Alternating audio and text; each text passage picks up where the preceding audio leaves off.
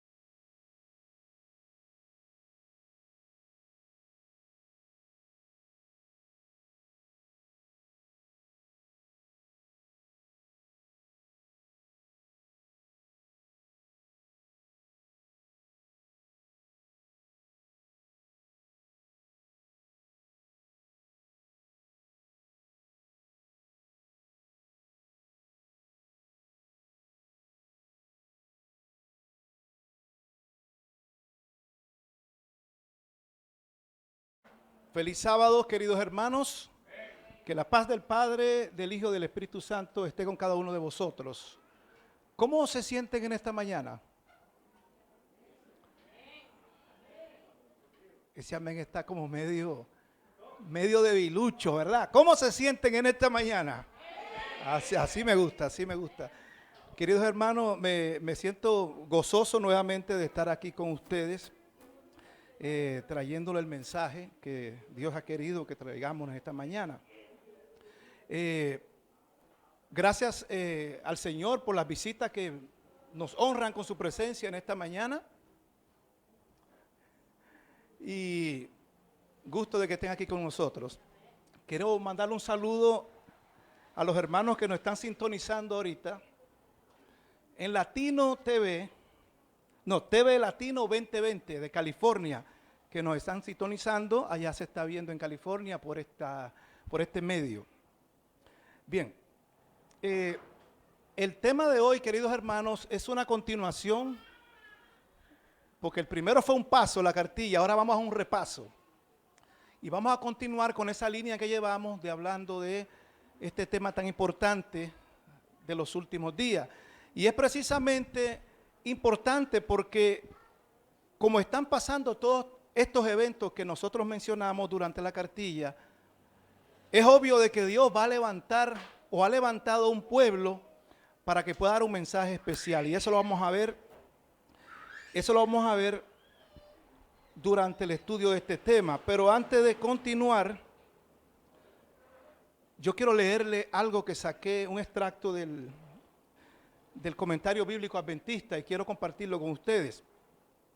Y dice que para muchos de nosotros los adventistas es una solemne tarea y un gozo y un gran privilegio el poder presentar en forma clara y concisa y de una manera persuasiva las últimas verdades para este tiempo, para poder atraer a todos los hijos de Dios en ese grupo de remanente final, que según la profecía se está preparando para el gran día del Señor. Pero no solo nosotros los adventistas del séptimo día somos los hijos de Dios. Y no solo nosotros tenemos el derecho al cielo. Creemos que todos los que adoran a Dios en espíritu y en verdad, con completa sinceridad y que están en armonía con su voluntad, que está revelada en su santa palabra, también son miembros potenciales de este grupo final. ¿Ok? La gran mayoría de los fieles hijos de Dios se encuentran aún en el seno de las iglesias caídas que componen Babilonia. Si no, él no diría, salid de Babilonia, pueblo mío. Le llama pueblo mío porque son de él o porque no son de él. Es decir, hermanos, que Dios tiene pueblo en esas iglesias, pero él habrá de juntarlos y habrá un solo rebaño y un solo pastor. ¿Okay? Y ahora para continuar, hermanos, vamos a tener una pequeña oración. Voy a pedirles que me acompañen en oración. Postrémonos de rodillas, por favor.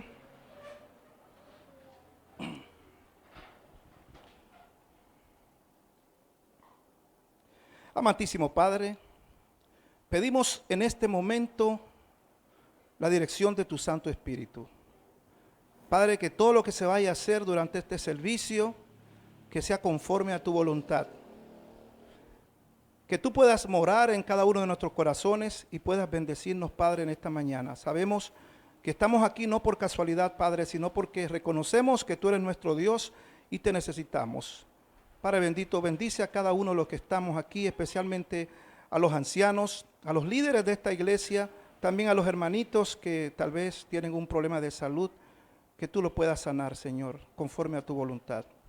Quédate con nosotros durante este servicio y que todo se vaya a hacer con la debida reverencia. Todo te lo pedimos en el bendito y santo nombre de tu Hijo amado Jesucristo. Amén. Bien, vamos a abrir nuestras Biblias a la lectura bíblica de hoy, que se encuentra en Apocalipsis 12:17. Y dice así: entonces el dragón se llenó de ira contra la mujer y se fue a hacer guerra contra el resto de la descendencia de ella, los que guardan los mandamientos de Dios y tienen el testimonio de Jesucristo. ¿Quién es el dragón aquí? ¿Quién es la mujer? Perfecto, vamos bien. ¿Por qué es importante el estudio de Apocalipsis 12? ¿Por qué es importante? Bueno, allí se presenta en forma panorámica la historia del gran conflicto entre Cristo y Satanás, que empezó en el cielo y que todavía continúa aquí en la tierra. Se demuestran 3 etapas sucesivas de la historia de la iglesia cristiana allí. La iglesia primitiva, que es la era apostólica, una era que concluyó alrededor del año 100, cuando muere el último de los apóstoles, Juan, en la isla de Patmos, que fue perseguida la iglesia en aquel entonces por Roma imperial. Tenemos la iglesia medieval, que es la era de la Reforma, que también en aquel entonces hubieron persecuciones. Nosotros conocemos muy bien el movimiento de la Reforma que comenzó Martín Lutero, Calvino, Juan Hus, Jerónimo, etcétera. Eso lo pueden leer muy bien en Conflicto de los Siglos. Allí no habla mucho de eso. Pero hoy en día estamos en la etapa final de los tiempos. La última iglesia, el remanente final. Y en este capítulo, hermanos, capítulo 12, se presentan también las características que identifican a la verdadera iglesia, al remanente, como también sus marcas distintivas. Y hay 3 símbolos allí. Y recordemos que la Biblia ha de interpretarse según su lenguaje como fue manifestado. A no ser que se trate de un símbolo o de figura, entonces tenemos que buscar cómo interpretar eso allí. No todo es literal, no todo es simbólico. Pero allí tenemos símbolos. Juan mira una visión donde dice, apareció en el versículo 1, Apocalipsis 12, versículo 1, dice que aparece en el cielo una gran señal, una mujer vestida del sol. Ya sabemos que es la iglesia. Y en un lenguaje simbólico, queridos hermanos, para que estemos claros, por si hay un hermanito que tiene duda de que esto no es la Virgen María, esta es la iglesia, esto representa a la iglesia. Vamos a leer Isaías 54, versículos 5 al 6, y voy a pedir a un hermanito que me ayude a leer estos textos bíblicos. Un hermanito que lo encuentre rápido, hermanito Francisco, por favor, ¿le puedes dar el micrófono? Isaías 54, versículos 5 y 6. Y otro hermanito que me lea Jeremías 6:2. Vamos a leer muchos textos bíblicos aquí. Isaías 54, 5 y 6. Y otro va a leer Jeremías 6:2. Y dice así la palabra del Señor. 54, 5 y 6. Correcto. Porque tu esposo es tu creador, El Señor Todopoderoso es su nombre. El Santo de Israel es tu Redentor. El Dios de toda la tierra. Como a mujer abandonada y triste de espíritu, te llamó el Señor, como a esposa de su juventud que había sido rechazada, dice tu Dios. Allí podemos ver cómo el Señor allí se refiere a su pueblo, a su iglesia como una mujer, como una figura, como si fuera una mujer. Jeremías 6:2. Hermano Marvin.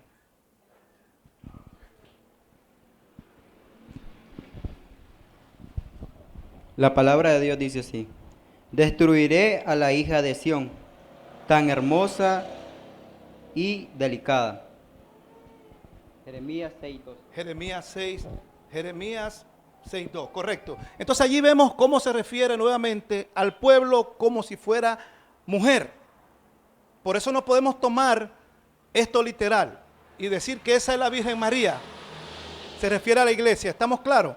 Cuando la iglesia apostató fue comparada con una mujer corrompida. Eso está en Jeremías 3:20 y Ezequiel 23 del 1 al 11. No vamos a leer esa parte.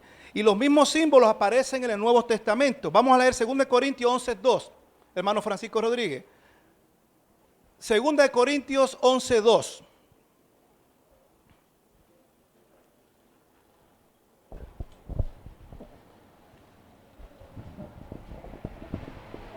Así dice la palabra del Señor. Os celo con celo de Dios, porque os he desposado con un solo esposo, con Cristo, para presentaros a Él como a una virgen pura. Amén. En Apocalipsis 19, versículos 7 y 8, allí nos habla de la boda del Cordero. Y mira lo que dice el 7. Gocémonos y alegrémonos y démosle gloria, porque ha llegado la boda del Cordero y su esposa se ha preparado. Jesús se viene a casar con una mujer.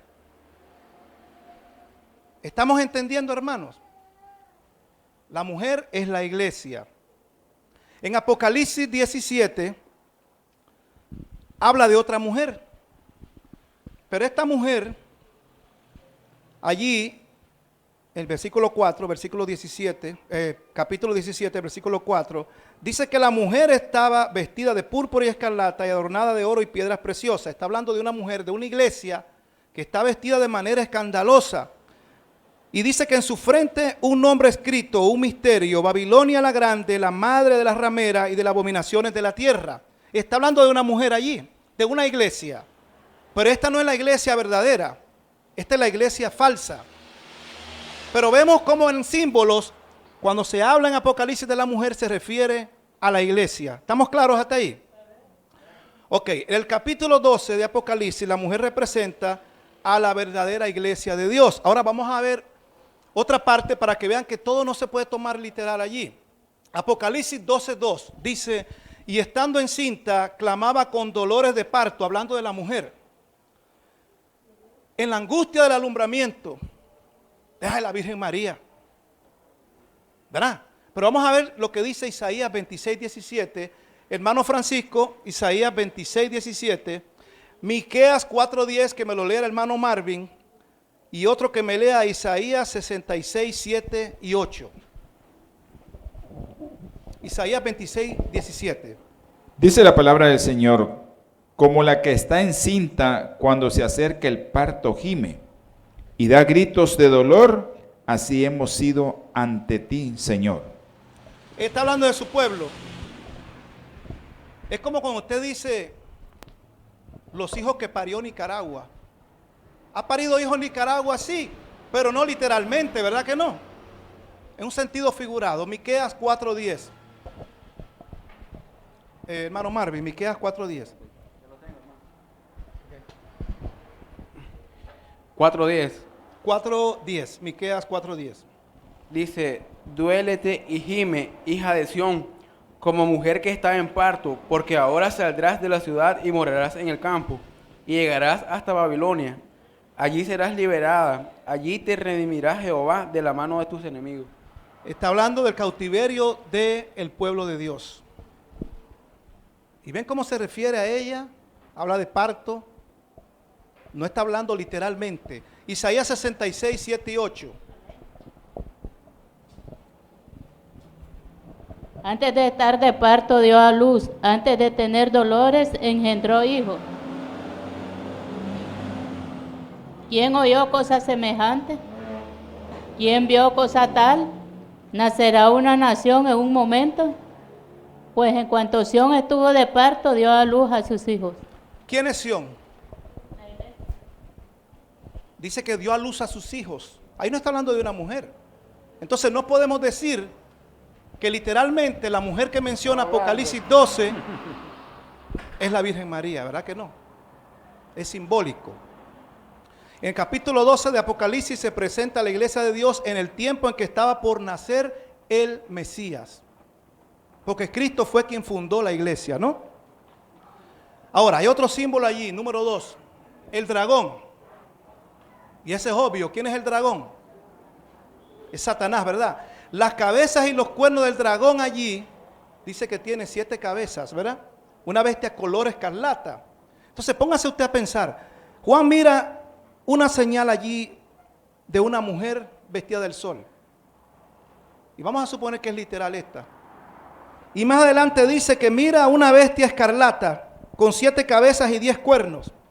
Entonces, si la mujer es literal, la bestia también tiene que ser literal.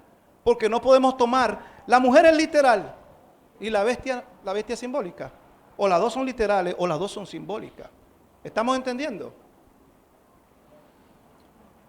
Y esas 7 cabezas allí representan los poderes que Satanás ha utilizado a través de la historia para perseguir al pueblo de Dios. Llámese Babilonia, llámese los medos persas, los griegos, Roma papal, Roma imperial. Ahora, ¿quién va a perseguir? Porque se habla de persecución durante las 3 etapas sucesivas de la iglesia. Durante la era apostólica fue perseguida, ¿verdad? Por los romanos, Roma imperial. Durante la época de la Reforma, ¿quién persiguió a la iglesia? Roma papal. Y durante la etapa final, que es la última iglesia, ¿quién va a perseguir a la iglesia? Que muchos dicen que no va a haber persecución. El nuevo orden mundial. La unión de poderes que menciona allí Apocalipsis 17. Vemos en Apocalipsis 17,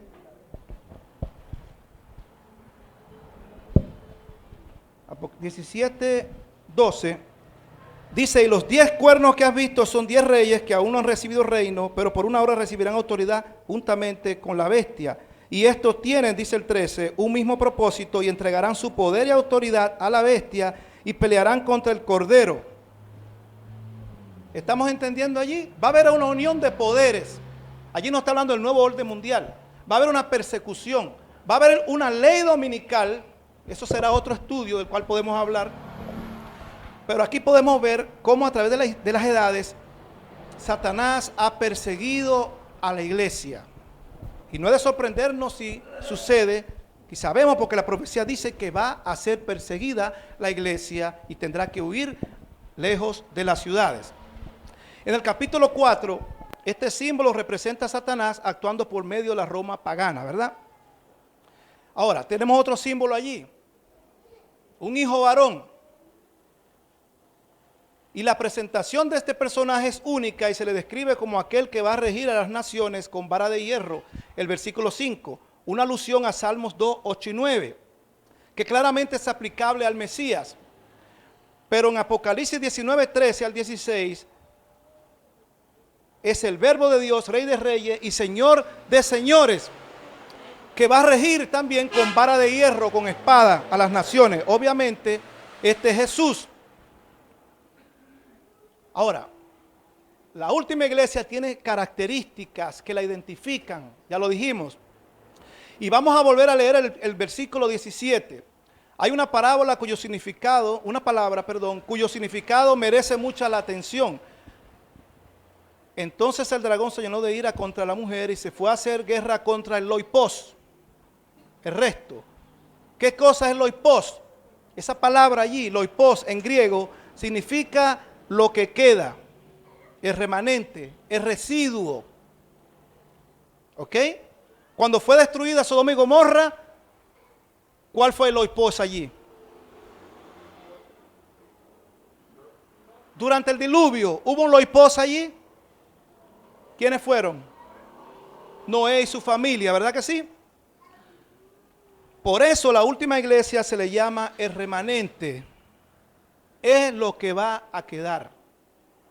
¿Ok? Porque lamentablemente Dios no quiere que nadie se pierda. La salvación es para todos nosotros, pero lamentablemente por la dureza de nuestro corazón, muchas personas se van a perder, queridos hermanos. Y ahora mismo el planeta Tierra tiene aproximadamente 8.000 millones de habitantes, o cerca de 8.000 millones de habitantes. Pero no se van a salvar 8.000 millones de habitantes.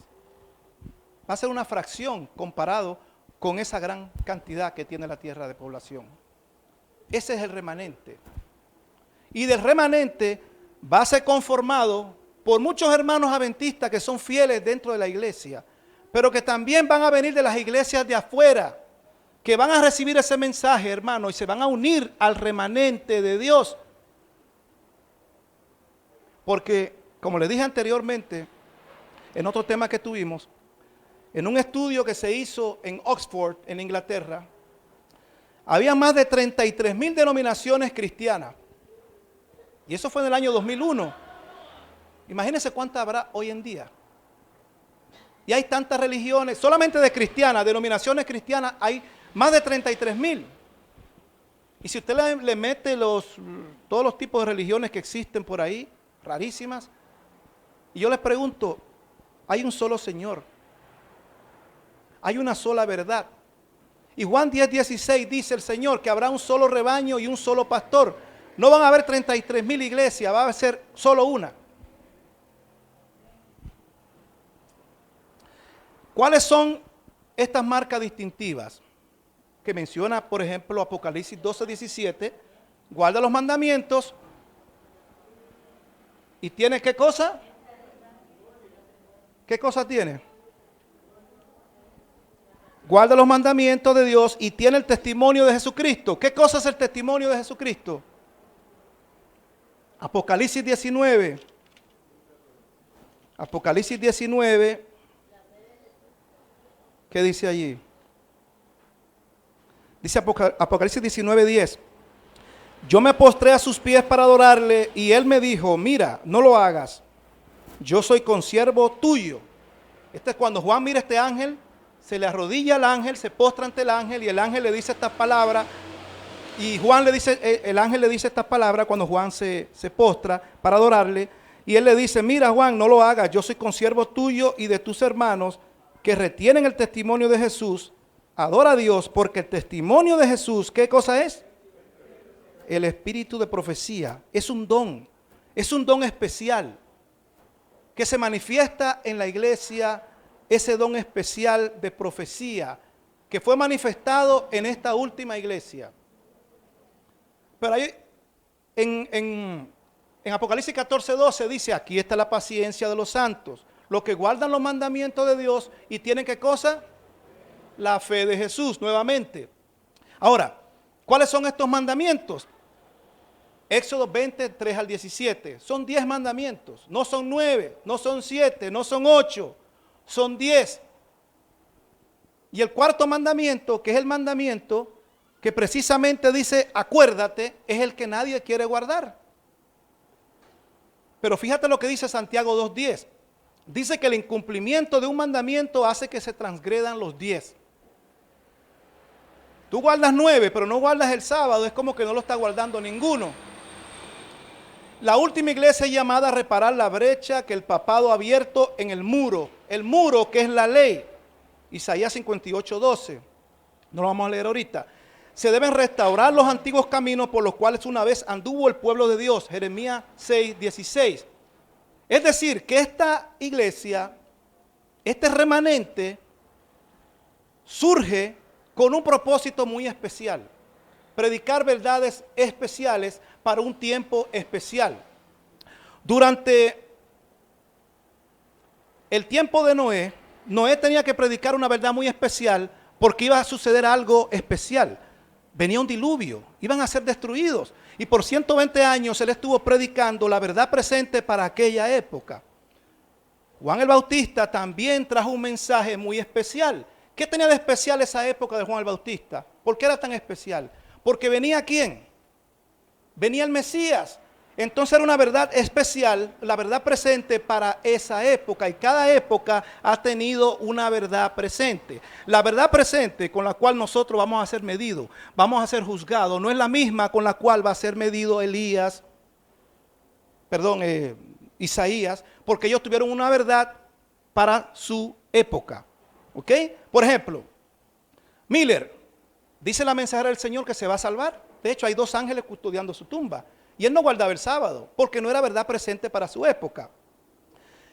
Hay una verdad presente que nosotros tenemos como pueblo de Dios, y es la reforma pro salud. En aquel entonces no había reforma pro salud para Isaías, ¿o sí? Pero para nosotros sí es verdad presente para este tiempo. Es verdad presente para este tiempo. Entonces, tiene el testimonio de Jesucristo, ya dijimos, que es el espíritu de profecía. Ahora, ¿qué es el espíritu de profecía? Es la expresión que se refiere a la manifestación en la forma de un don especial del Espíritu Santo. Dios le da el poder por medio a un profeta, al remanente, para que pueda discernir. Porque recuerden que en los tiempos finales los engaños de Satanás van a ser terribles. Y dice la palabra del Señor que va a tratar de engañar, si es posible, a los escogidos. Y para engañar a un escogido, hermano, esos engaños tienen que ser tremendos, ¿verdad? Por eso Dios le da una luz especial a esta iglesia, para que pueda discernir, para que pueda ver, para que pueda discernir entre la verdad y la media verdad, porque eso es lo que hay hoy en día, esa media verdad. El Nuevo Testamento no sugiere que el don de profecía terminaría con la iglesia apostólica. Vamos a leer Efesios 4, 11 al 13. Hermano Fran, ¿lo quiere leer? Vamos todos a participar. Efesios 4, 11 al 13.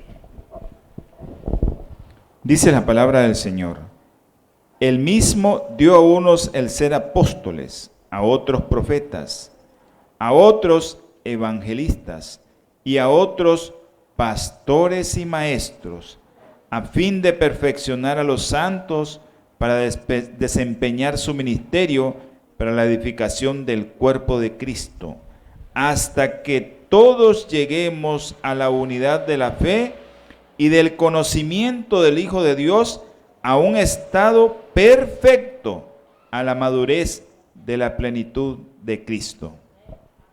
¿Será que ya llegamos a esa unidad? ¿Ya logramos esa unidad? A ese conocimiento del Hijo de Dios.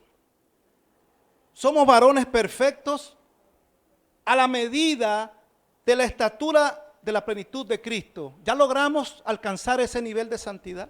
¿Estamos listos para ser trasladados al cielo? Entonces quiere decir que en estos últimos días el Señor también tiene un mensaje especial. Hasta los últimos días, querido hermano, Dios, como dice allí, que el don de profecía no iba a terminar durante la época apostólica. Todavía Dios derrama su conocimiento a la iglesia de estos últimos días. El versículo 17 dice que la última iglesia remanente tiene el testimonio de Jesús. Entonces esa iglesia debe tener el espíritu de profecía y por lo tanto un profeta o profetiza por medio de los cuales Jesús presenta su testimonio. Y una vez estuvimos discutiendo con unos hermanitos apostólicos que profeta y profetiza no es lo mismo. ¿Qué creen ustedes? ¿Que una profeta y una profetisa, un profeta y una profetisa es lo mismo? Solo que a las mujeres se le llama profetisa, ¿verdad que sí? Y a los hombres profeta. Pero no, profetiza es menos. Es menos porque es mujer. Si es hombre, sí está bien, es profeta, hay que respetar. Pero si es mujer, no. ¿Eso entienden ellos? ¿Que una profetisa es menos? ¿Qué es un profeta? El término profeta proviene del lenguaje religioso y se refiere a una persona que sirve como intermediario entre la humanidad y la divinidad. Estrictamente hablando, un profeta es alguien que ha tenido una experiencia personal con Dios o con sus ángeles, recibiendo de él o por medio de ellos la misión de comunicar sus revelaciones, hablando en su nombre a los seres humanos. Posee cualidades de intercesor por el pueblo delante de Dios y de mensajero de su palabra. Su carisma de interpretar la historia desde la perspectiva de Dios recibe el nombre don de profecía. El término profeta se utiliza también para designar a alguien que predice acontecimientos que sucederán en un futuro, generalmente cuando lo hace interpretando señales que se basan en una revelación divina. La palabra profeta se deriva del griego prophetis, cuyo significado etimológico es el mensajero, portavoz, representante, vocero, enviado, emisario de otro, en este caso de Dios. Para los griegos, los profetas se encargaban de interpretar los vaticinios divinos, de pronosticar lo que iba a ocurrir en el futuro. Esta palabra fue usada por los traductores de la Biblia al griego como equivalente del hebreo nabi, que se refiere a los profetas en el Antiguo Testamento. Ahora, ¿por qué la iglesia remanente de los últimos días debe y tiene que tener un profeta? ¿Algún valiente? ¿Por qué la iglesia remanente debe tener un profeta? Hermano, es sencillo. Bueno, porque sin profecía el pueblo se pierde. Correcto. Y porque no hará nada el Señor sin que revele su secreto a sus siervos los profetas. Amén. Amós 3:7. Muy exacta su intervención, hermano. En la historia de la iglesia, Dios siempre ha comunicado los mensajes a la iglesia por medio de los profetas. Siempre antes de que pase algo o se avecine algo, Dios manda a un profeta para preparar a su pueblo. ¿Okay? Después de 1844, cuando comienza el juicio, que Jesús pasa del lugar santo al lugar santísimo, una época solemne muy especial, el Señor manda una profeta para los tiempos finales, para preparar a su pueblo para las cosas que se avecinan. En la época antediluviana, por medio de Noé. En el tiempo de Israel, en el desierto, Moisés. En Sodoma y Gomorra, por medio de Lot. En la época del Mesías, por medio de Juan el Bautista. Y en la era apostólica, por medio de los apóstoles. Razón número 2. Debido a que en los últimos días la iglesia pasará por los tiempos más difíciles que jamás haya pasado la iglesia en toda la historia de su existencia. Y me gustaría, hermanos, que alguien me lea Daniel 12:1 y Mateo 24:21. Hermano Francisco, usted lee Daniel 12:1 y tal vez el hermano Martín lee Mateo 24:21.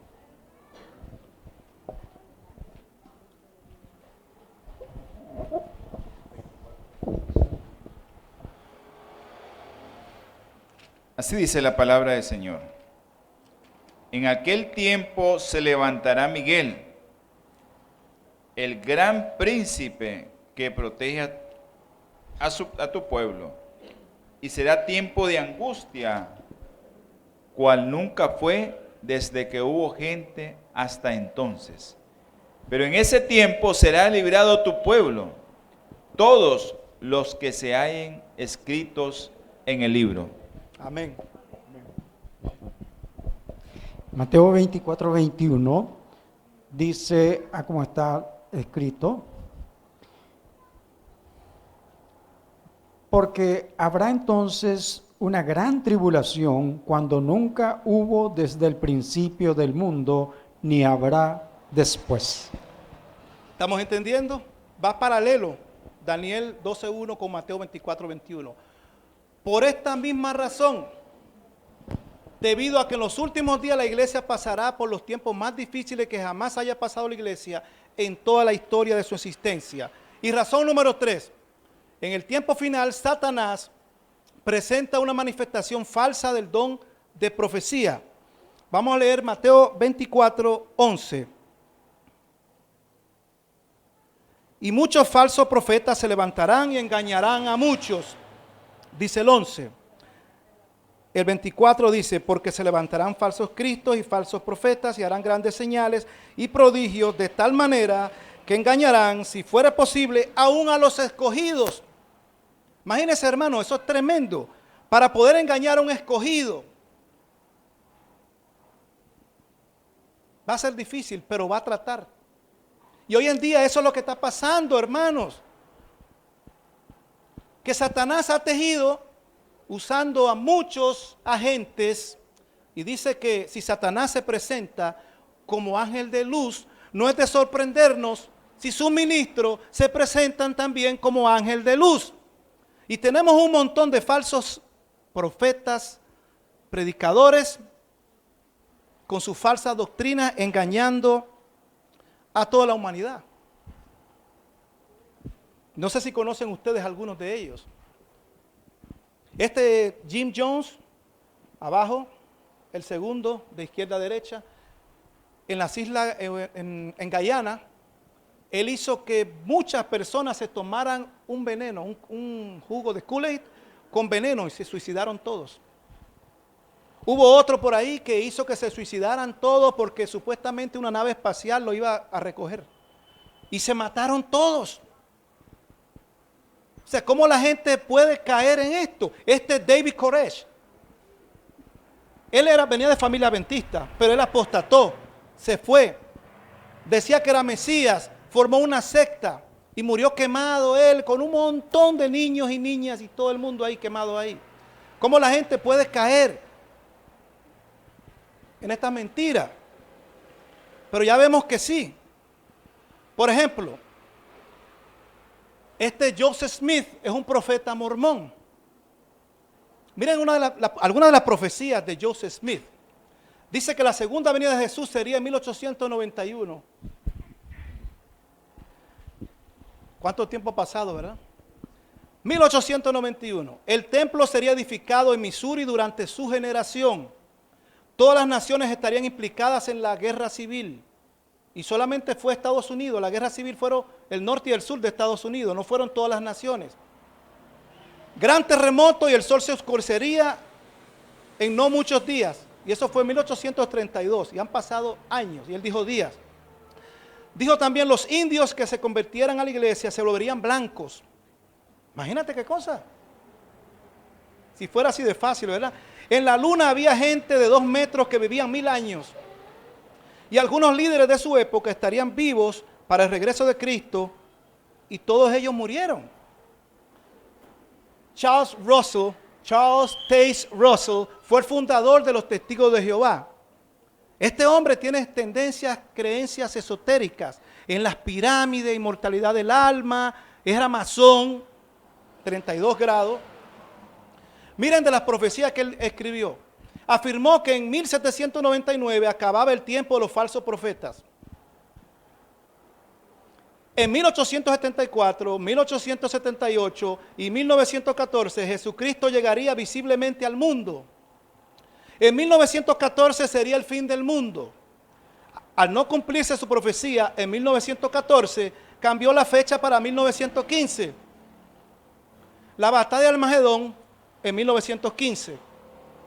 Y nada de eso se ha cumplido. Y yo le he preguntado a muchos testigos de Jehová, ¿quién es Charles Taze Russell? No saben. Ellos no saben. Poco saben los testigos actuales de estas fechas y de los eventos profetizados por Russell. Está más que demostrado que todo fue falso. Muchos de ellos ni siquiera saben, hermanos, quién es este señor.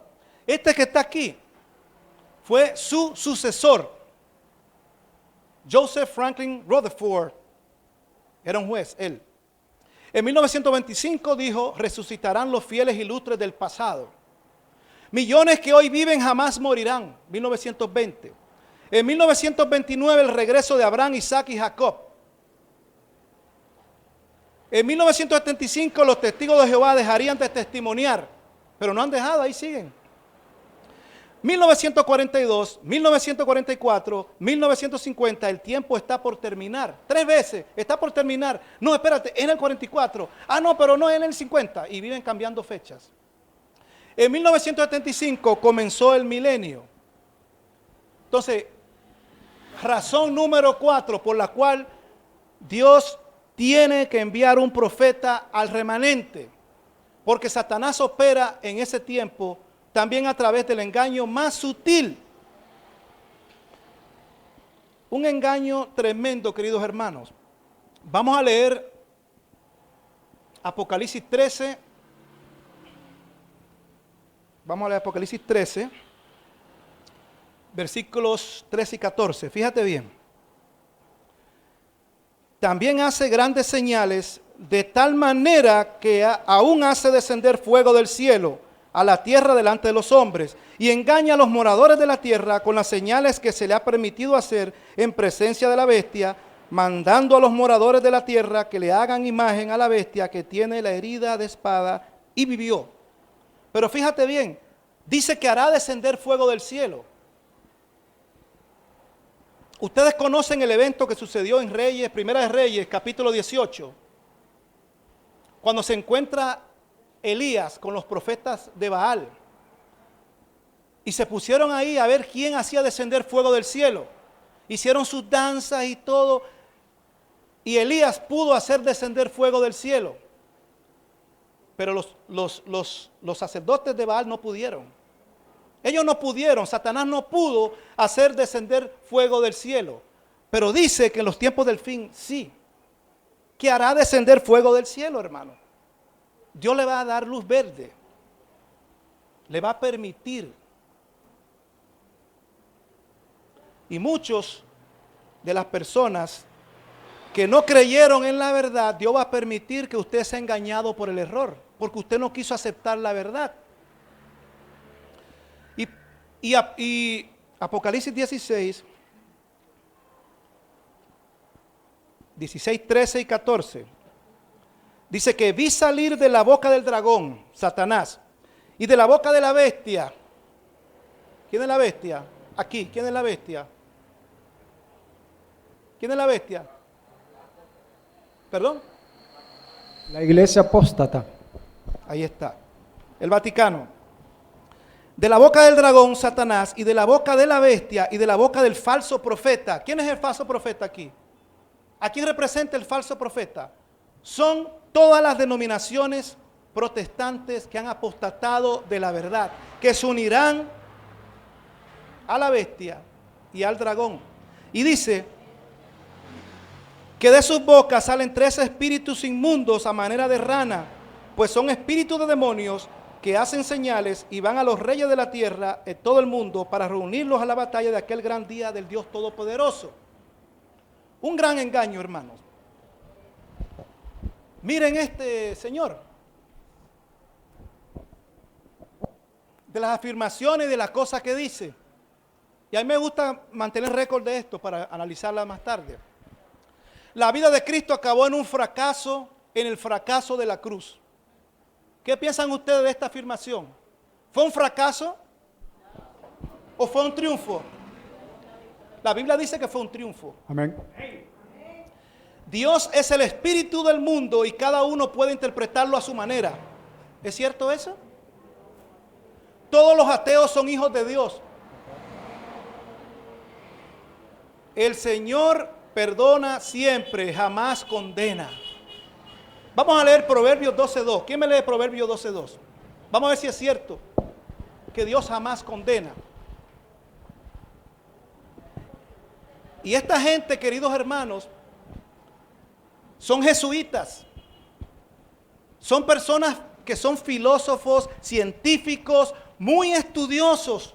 Tienen honorados, doctorados. Son personas que no son cualquier cosa, hermano. Son muy preparados. Y mucha gente cree en esto. No creen en lo que dice la palabra del Señor. ¿Qué dice Proverbios 12:2? La palabra de Dios dice así: el bueno alcanza el favor del Señor, pero el intrigante será condenado. Palabra de Dios. ¿Cómo es eso que Dios no condena? Juan 3:18. Vamos a leer Juan 3:18, hermano Francisco. Juan 3:18 y Marcos 16:16.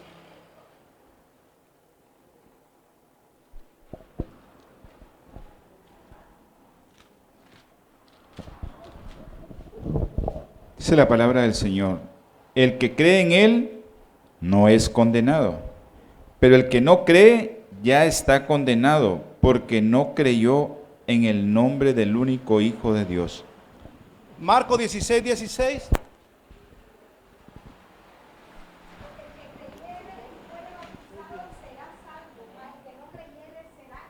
El que no creyere será condenado, pero según él, Dios siempre perdona, jamás condena. O sea, la Biblia dice una cosa y él dice otra cosa. Un cristiano debe gloriarse de los propios pecados. No es verdad que Jesús multiplicó los panes y los peces, es una parábola. ¿Creen ustedes que Jesús multiplicó los panes, sí o no? ¿O fue solo una parábola? Los cristianos y los musulmanes comparten la misma fe, es un mismo Dios. Entonces Jehová y Alá son lo mismo.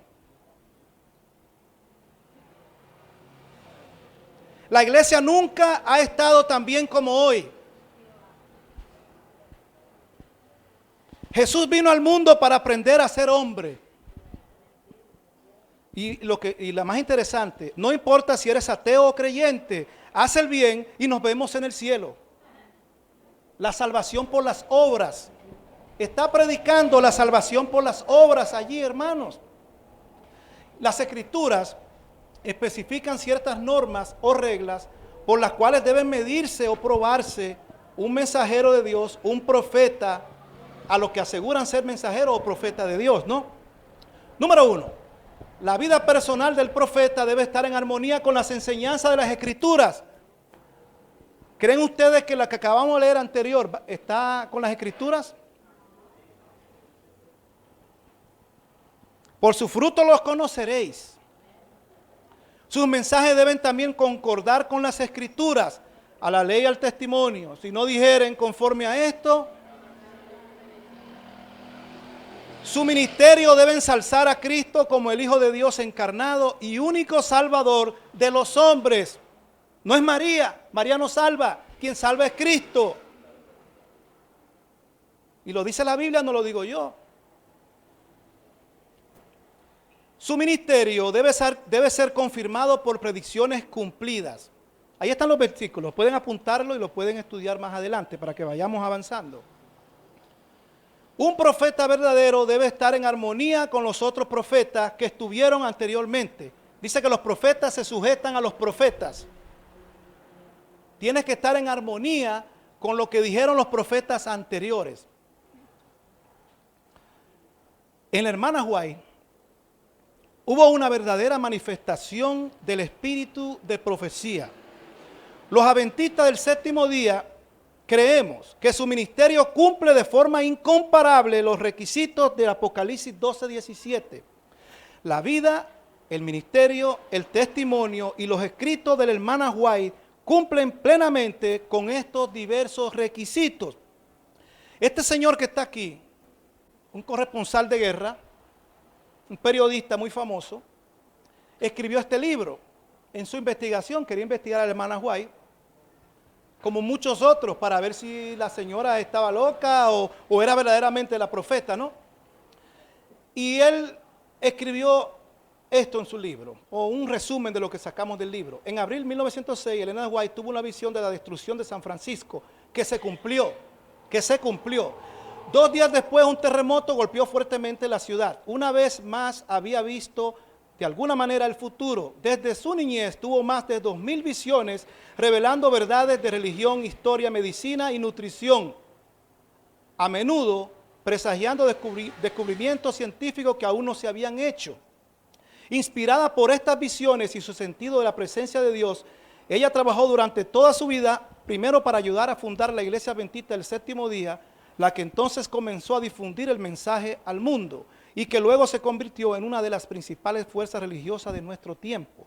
Durante su vida escribió más de 50 libros que han sido traducidos a 100 idiomas y de los cuales se han vendido millones de copias. Todo esto lo logró frente a la pobreza, con ninguna educación formal más allá del 3er grado. Y este bestseller, este libro, es un completo y fascinante retrato de una verdaderamente notable, pero extrañamente poco conocida y pequeña mujer. Este señor que está aquí, William F. Bright, fue conocido en el campo de la arqueología como el mejor arqueólogo bíblico del siglo XX. Sus investigaciones y artículos sobre este asunto de antaño permanecen hasta el día de hoy y sin rival hasta en el cercano oriente. Una eminencia este señor.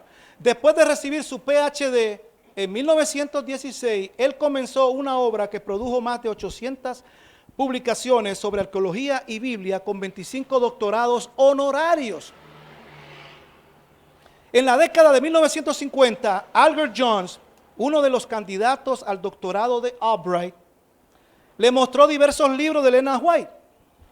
Y Albright, este señor, quedó asombrado y comenzó a investigar todas sus obras y su vida para quedar aún más asombrado y fascinado. En su gran libro, Desde la Edad de Piedra hasta el Cristianismo, este señor declaró que Elena de White era una auténtica profeta de Dios. Hubo un señor una vez que quiso pasarse de listo con la hermana White. Dice, voy a ver si es cierto que esta mujer es profeta. Y le dice, hermana White, mire, yo quiero hablar con usted. ¿Qué tal si nos encontramos? No recuerdo la ciudad ni el lugar, pero vamos a decir mañana a las 12 del día en el parque de Diriamba. Mañana a las 12 del día en el parque de Diriamba. Y el hombre no se va al parque de Diriamba, se va al parque de Jinotepe. ¿Y qué creen ustedes? Que la hermana White se le apareció en el parque de Jinotepe. No pudo engañarla. ¡Hey! Se sorprendió el hombre. ¡Hey! El Señor me dijo que tú estabas aquí. Hubo un señor que era tísico. Era tísico. El hombre estaba bien enfermo y llega la hermana White con su esposo. Y este señor le pide que oren. Hermana, quiero pedirle a usted y su esposo que oren por mí. Y la hermana White dice, sí, cómo no, vamos a orar por usted. Pero cuando la hermana White va a orar, ella recibe una visión. Y el Señor a ella le dice, mira, no acepto las oraciones por ese señor. Porque ese señor tiene un pecado secreto de hace muchos años. El señor se masturbaba desde que era pequeño y todavía de adulto seguía. Y casado con hijos y todo. Su esposa con hijos y todo. Y todavía sigue practicando ese pecado en secreto. Y eso es algo, hermano, que te prueba que es una verdadera profeta, porque eso es algo muy secreto, muy personal. ¿Quién va a ver eso? Y Dios se lo reveló a ella.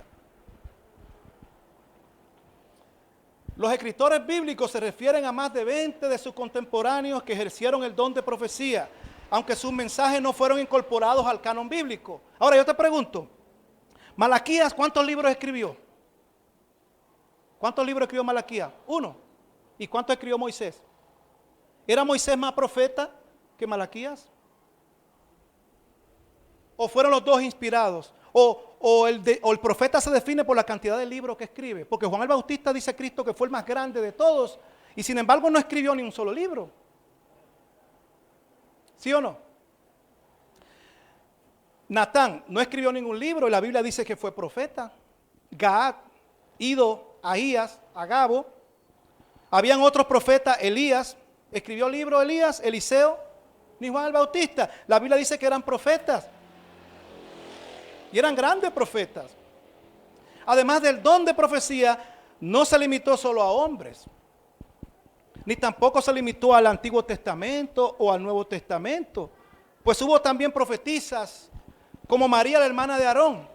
Tal vez pocos de ustedes saben esto, pero ella fue profetisa en Éxodo 15:20. María, la hermana de Aarón, Miriam, fue profetisa.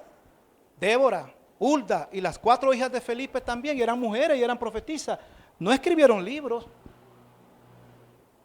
pero daban los mensajes que Dios les transmitía para el pueblo. No quiere decir que porque no escribieron libros o no están en la Biblia, dejan de ser profetas o dejan de ser inspiradas por Dios.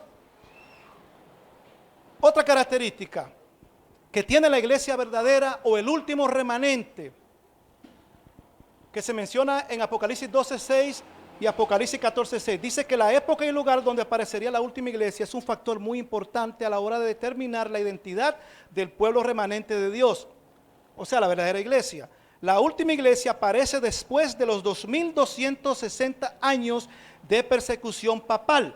Nosotros los adventistas del séptimo día Creemos que este periodo transcurrió del 538 a 1798, que son 1260 años, cuando recibe la herida mortal y es arrestado el Papa y es apresado por Napoleón en 1798.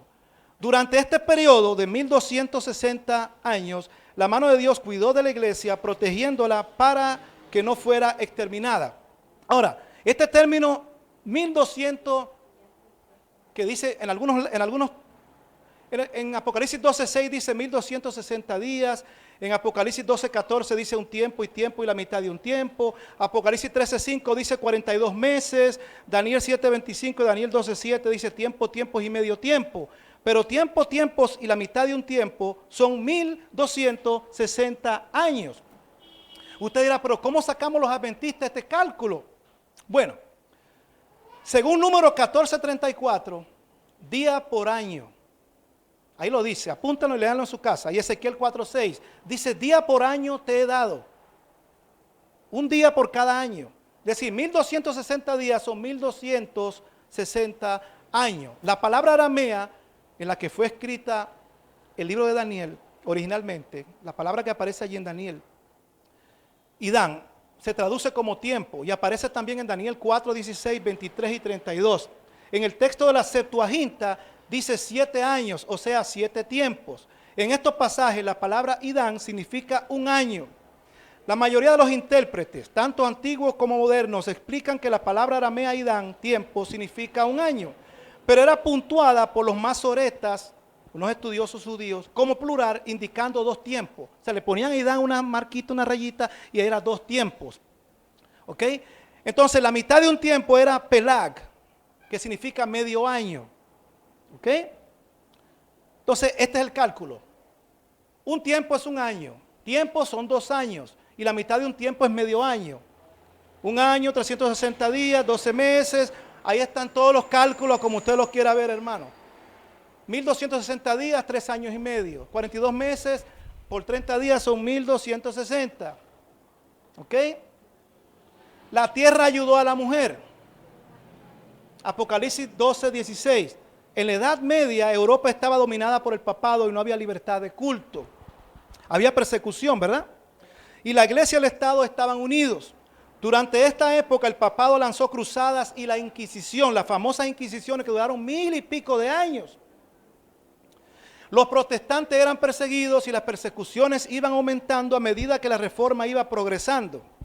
Como resultado de estas terribles persecuciones, muchas personas decidieron escapar a otros países.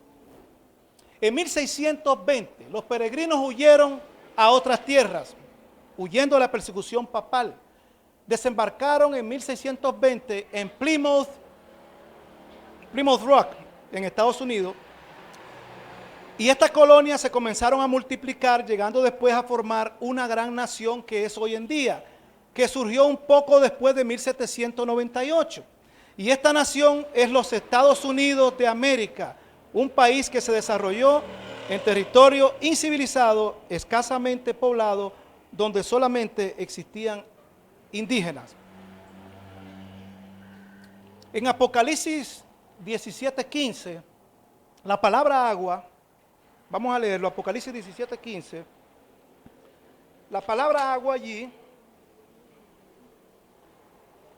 mira lo que dice: las aguas que has visto donde la ramera se sienta son pueblos, muchedumbre, naciones y lenguas. Entonces, si las aguas son lugares poblados, densamente poblados, estamos hablando del viejo mundo, de Europa, Asia, la India. América era un país, habían sus tribus en Estados Unidos indígenas, pero eran muy escasos allí. Por eso la tierra representa regiones donde había pocos habitantes, en contraste con las aguas. Ahora, en Apocalipsis 13, la primera bestia, recuerden que la bestia es un poder que persigue al pueblo de Dios. Y la primera bestia allí surge del agua. Es decir, nace, este poder político religioso, nace en Europa, lugar poblado. La tierra huye de Europa, la iglesia huye de Europa porque la está persiguiendo el papado, el dragón está persiguiéndola. Ella huye a la tierra.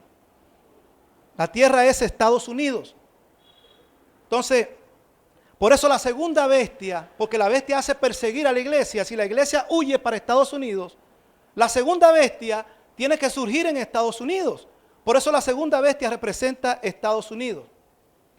Ok, no vamos a leer esto porque ya me dice el hermano que vamos a ir cerrando. John Wesley, un importante teólogo, me dijo 10 minutos, hermanito, 10 minutos. Bien.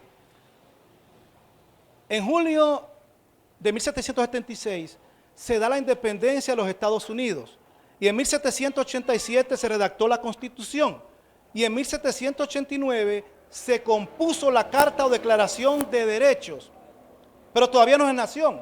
En 1791 los documentos fueron ratificados, pero no fue sino hasta 1798 cuando comenzaron a reconocerla como nación. Entonces nace Estados Unidos. Entonces quiere decir que el remanente tiene que salir después de esa fecha, no antes. ¿Estamos entendiendo? John Wesley, un importante teólogo y predicador evangelista del siglo XVII, hablando de la aparición de la segunda bestia que menciona Apocalipsis 13:11, en 1754 escribió lo siguiente: no ha subido aún, pero no está lejos por cuanto ha de manifestarse al final de los 42 meses que corresponden a la aparición de la primera bestia. Esto significa que la última iglesia, o sea el remanente, nacería en los Estados Unidos después de 1798, no cabe la menor duda. Ahora, estas son iglesias que surgieron antes, no pueden ser la iglesia remanente, no pueden ser la iglesia verdadera, porque la iglesia verdadera tiene que surgir después de 1798 y no antes. La iglesia episcopal, 1780, fue antes. La iglesia unitaria, la iglesia metodista, 1738, ahí están las respectivas fechas para que la miren. La iglesia congresionalista, la iglesia bautista, la iglesia presbiteriana, la iglesia luterana, la iglesia católica y romana. La iglesia católica y romana fue 325 al 538 después de Cristo. O sea, todas estas iglesias nacen antes. Entonces, debido a que estas iglesias fueron fundadas antes, no podrían ser consideradas, por lo tanto, quedan descalificadas. Ahora, ¿cuáles iglesias surgen después de 1798? Estas son algunas de ellas, de las más importantes, la pentecostal, la iglesia de Dios son las pentecostales. 1932, otra versión de los pentecostales, 1900 a 1910, por ahí fue fundada. Testigos de Jehová, 1878. La iglesia de la ciencia cristiana, 1875. Y Adventista del séptimo día, 1863. Y los mormones, 1830. Todas estas iglesias surgieron después de 1798. Pero ¿cuál es la diferencia que tienen estas iglesias? Que la única que se acuerda del cuarto mandamiento es la adventista. El cuarto mandamiento, que es el día sábado, es la única. Guarda los mandamientos de Dios y tiene el testimonio de Jesucristo. Otra característica, tiene la fe de Jesús o la fe en Jesús. La fe de Jesús significa aquí la fe que Jesús mismo albergó, su fidelidad a la santa vida que vivió y el carácter perfecto que alcanzó. Esa es la fe. Esa fe es la confianza inquebrantable que tuvo Cristo en Dios y en la autoridad de las Escrituras. Esa fe abarca todas las verdades de la Biblia en las que Cristo creyó y enseñó. Esto quiere decir que los verdaderos cristianos, el remanente, deben poseer una fe similar. Última característica. Predica el último mensaje. Apocalipsis 14, 6 al 12. El remanente predica el último mensaje de misericordia al mundo, el mensaje de los tres ángeles.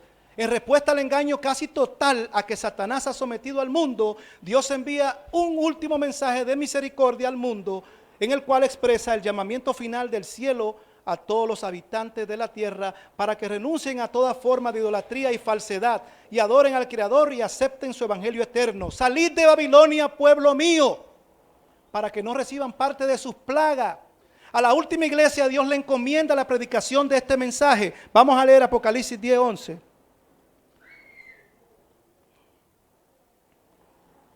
Y él me dijo, el ángel le dice a Juan, es necesario que profetices otra vez sobre muchos pueblos, naciones y lenguas y reyes.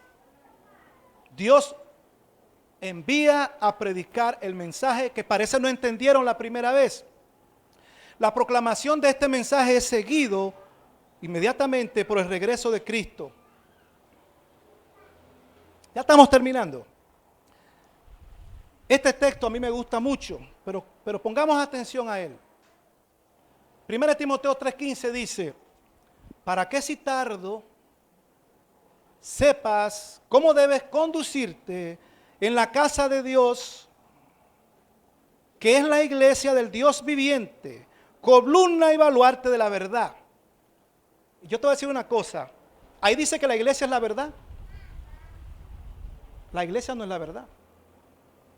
Y te voy a decir una cosa, hay personas, instituciones que gastan millones, billones de dólares en construir iglesias lujosas, pero si la presencia de Cristo no está ahí, ¿de qué sirve eso? Si no predican la verdad, ¿de qué sirve eso?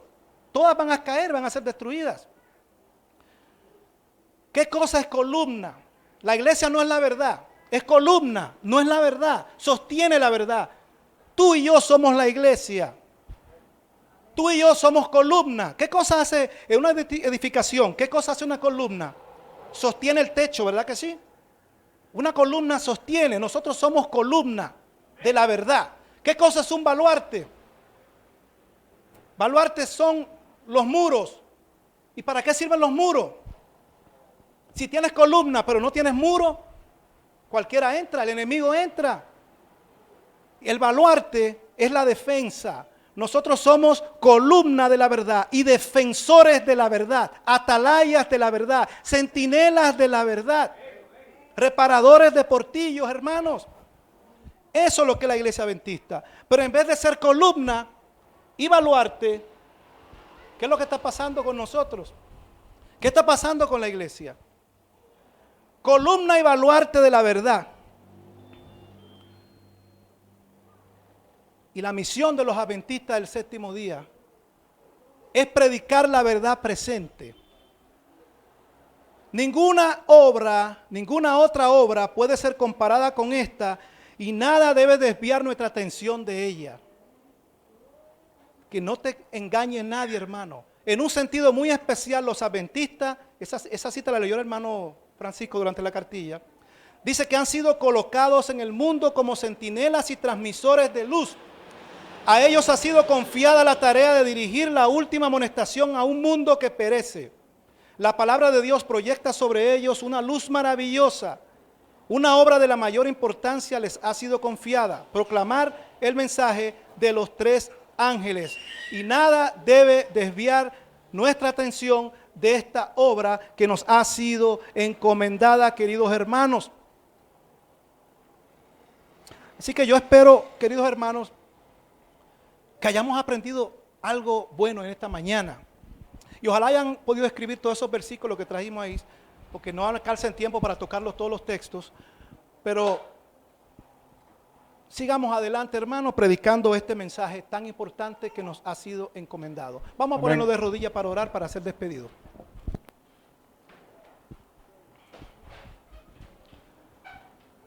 Amantísimo Padre, gracias por estas preciosas verdades que tú nos has encomendado, Padre, a través de tu santa palabra. Ayúdanos, Padre, porque sabemos que tu venida está cerca y no estamos preparados.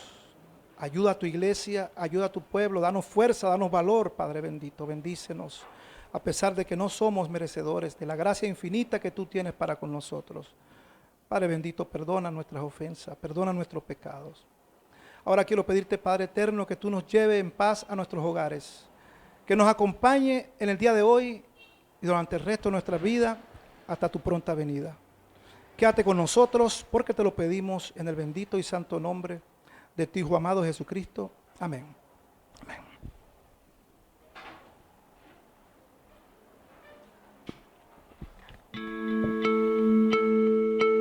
Holan 7, Televisión Internacional, presentó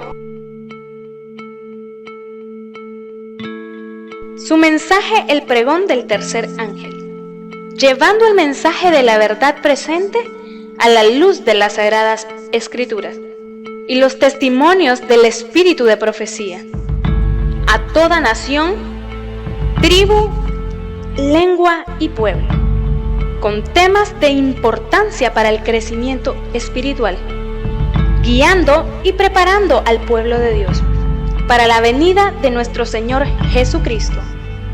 Olam 7 Internacional, sanando, educando y reconciliando.